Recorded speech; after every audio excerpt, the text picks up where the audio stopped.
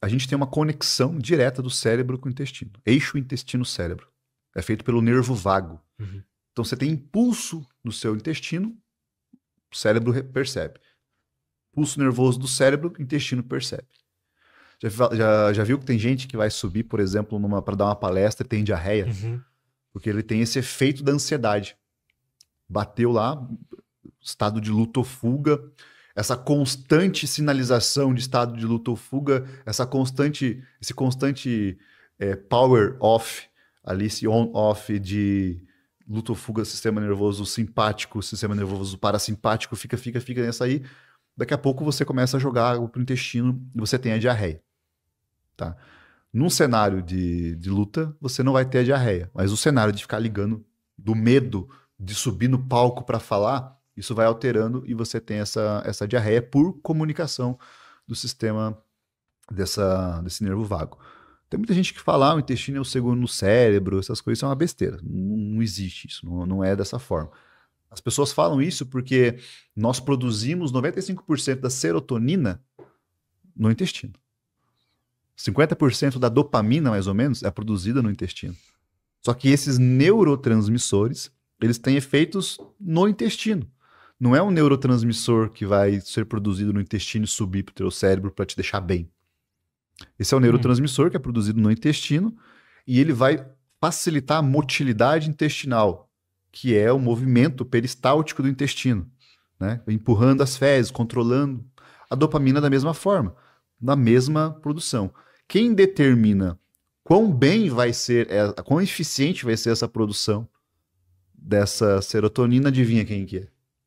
Microbiota. É a microbiota intestinal, que faz o controle adequado por meio da produção dos seus subsídios de fermentação ali. Então, por meio do que a microbiota está produzindo dos alimentos que você deu para ela, que nós conseguimos ter uma qualidade na produção desses neurotransmissores. Isso é tão legal, Lutz, que, por exemplo, eu atendo muitas pessoas que têm transtornos de humor, transtorno de ansiedade e tudo mais. E os medicamentos afetam de forma bizarra o intestino dessas pessoas. Alguns medicamentos, como você pega, por exemplo, aí, inibidores seletivos de recaptação de serotonina. Eles têm efeito no cérebro, mas eles têm efeito no intestino também. E algumas pessoas começam a ter constipação, começam a ter sintomas de síndrome do intestino irritável, dependendo da medicação que está tomando. E aí você tem que conversar com o médico, muitas vezes, para trocar a medicação. Eu já conversei com muitos pacientes para sugerir aos médicos, os psiquiatras, para testar uma outra medicação. Porque aquela, mais uma vez no raciocínio analítico, atendendo várias pessoas com o mesmo problema, com a mesma medicação, eu encontrei esse padrão e eu comecei a sugerir. Nunca vou trocar o remédio de uma pessoa, né?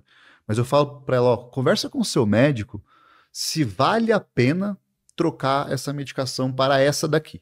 Uhum. Só para grau de teste, devido ao seu intestino. Algumas vezes funciona, não, claro que não é 100%, mas algumas vezes funciona. Funciona principalmente para pessoas que começam a ter diarreia constante.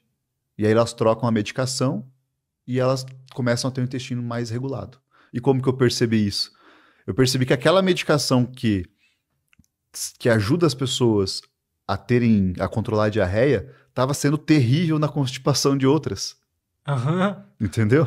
Falei, Caramba, olha cara. que doido. Então vamos fazer o seguinte: conversei com o médico, Que loucura. o mecanismo é o mesmo, né? É um inibidor seletivo de recaptação de serotonina. Veja se vale a pena fazer a troca. E aí, fazendo a troca, algumas pessoas relataram um sucesso no tratamento ali. Porque incomoda muito, cara. É muito comum quem tem transtornos de ansiedade ter problema de síndrome do intestino irritável. É muito comum quem tem burnout ter problema do intestino, porque essa comunicação é muito direta.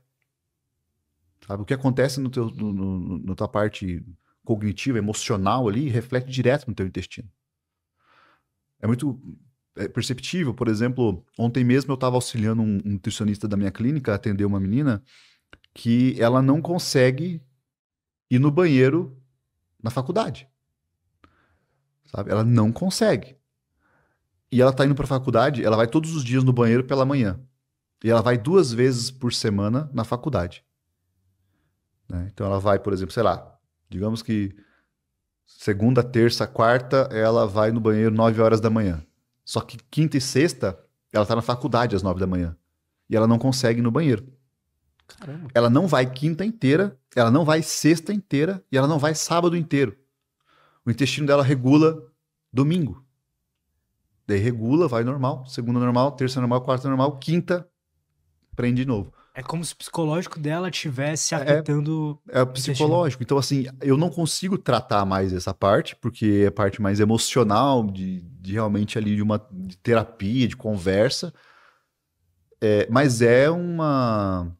É comportamental.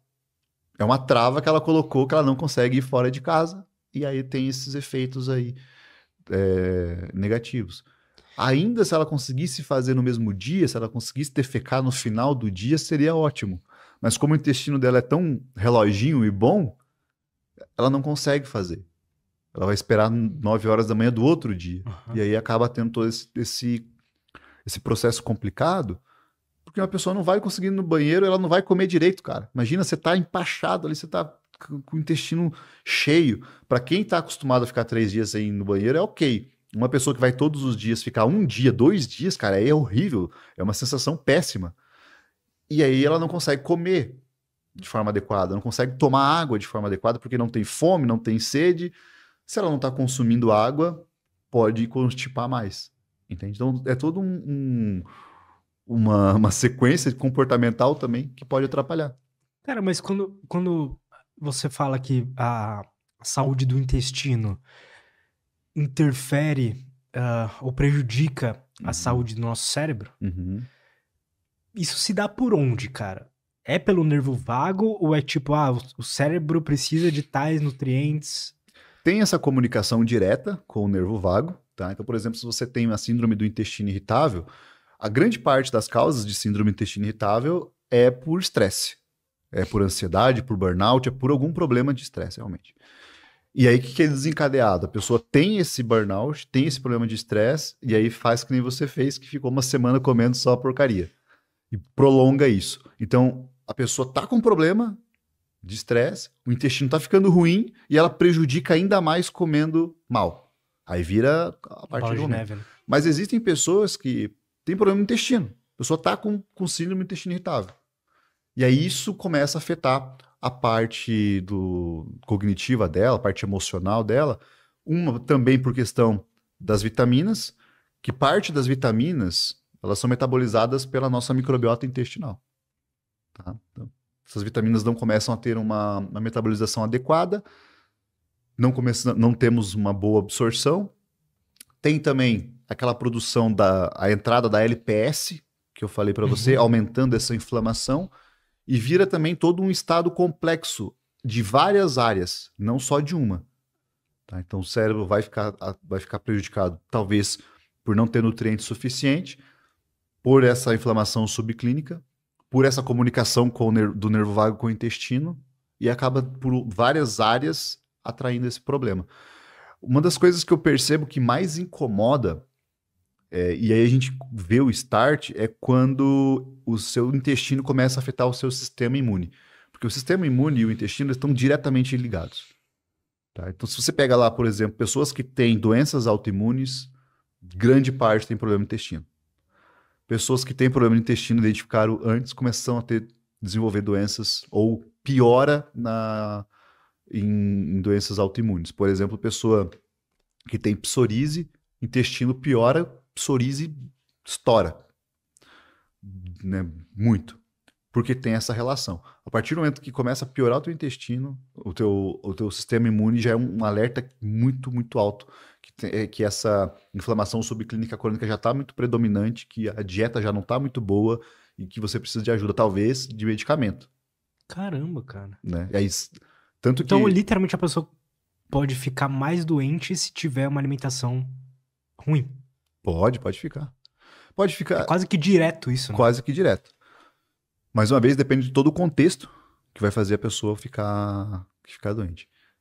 Doenças autoimunes, basicamente a maioria das pessoas nascem com isso ou desenvolve ali no começo da vida, mas são prejudicadas por todo o efeito da microbiota intestinal. Você consegue dar conexão com o microbiota intestinal em absolutamente qualquer coisa do seu corpo. Você consegue dar afetar diabetes, você consegue afetar Alzheimer, você consegue ver vínculo com autismo durante a mãe ali, criança. Você consegue vincular com depressão, com ansiedade, com absolutamente tudo, cara. Só que é a microbiota intestinal que está causando isso? Possivelmente não. Mas ela está prejudicando? Possivelmente sim.